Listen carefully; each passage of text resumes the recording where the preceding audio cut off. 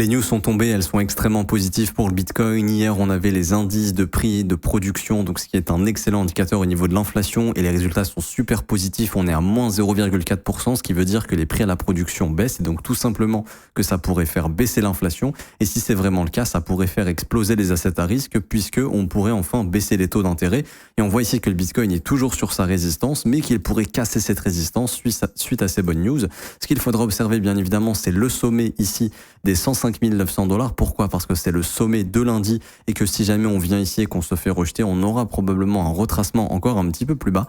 Par contre, si on arrive vraiment à venir casser ce sommet de lundi et qu'on ne réintègre pas, là on aura probablement l'attaque de l'ATH au-dessus des 110 000 $ et Bitcoin essaiera définitivement de s'affranchir de cette résistance que vous pouvez voir ici. Et donc si on casse cette résistance, il y a beaucoup de nouvelles personnes qui vont entendre parler du Bitcoin, qui vont vouloir investir dans les altcoins. Il y aura des coups intéressants à faire. D'ailleurs, n'hésite pas à t'abonner si c'est pas déjà fait. On fera une mise à jour de l'analyse du Bitcoin, mais aussi s'il y a des opportunités intéressantes, je t'en parlerai.